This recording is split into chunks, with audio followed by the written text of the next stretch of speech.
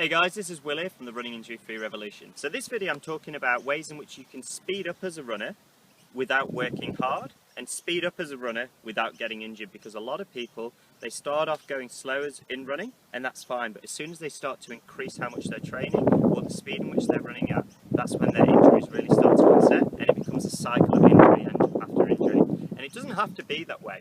But it all stems back to alignment, it all stems back to your nervous system, it all stems back to how you initiate speed. So if you're not initiating speed in a correct way, then everything else is not going to come together. We've talked about this in a number of videos, but predominantly defining the sweet spot. So it's about using that forward-leaning position to create that speed with alignment between your head, hips and feet with that forward-leaning position.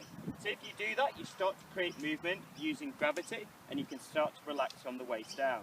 A lot of people think that speed is created from what we do in front of our hips. So just imagine it here. They think it's about lifting the knees and reaching out, but that's not true.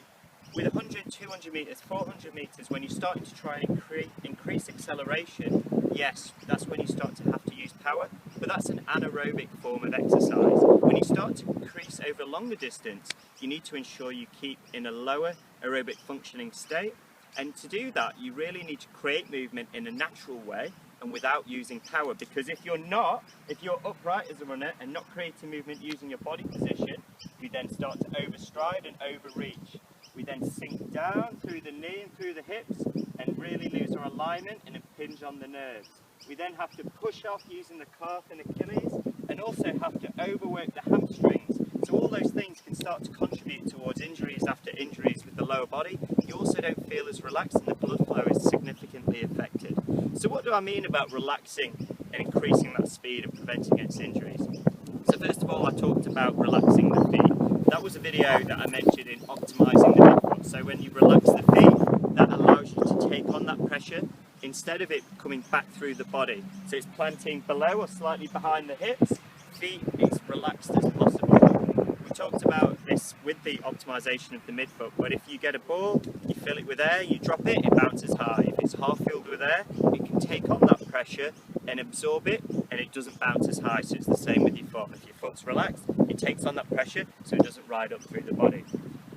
Planting below the hips is amazing, because if you're landing in front, then that's when your body sinks down and you have to use power. Landing below your centre of gravity, your legs can be as relaxed as possible and they're naturally going to come back because of friction. You create speed with your upper body and that initiates the creation of that friction, which brings the legs back.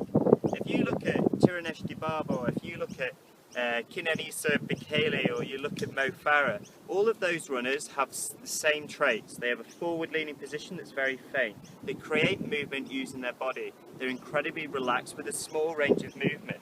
When they run fast, in front of their body, all that happens is their knee comes forward slightly, it doesn't lift, just slightly, and that contact's below the hips. All of the movement is behind them. So when they increase their speed using their body, the only thing that changes is their feet come apply behind them. But they don't get that natural and fluent kickoff if they're using muscular force. If they do, it looks rigid and their foot comes forwards. What I mean by that is they push off and then their leg trails behind. You shouldn't have any trailing as a runner. You want them to be incredibly relaxed. So when you make contact below your centre of gravity, the legs are coming off the ground as soon as they're making contact.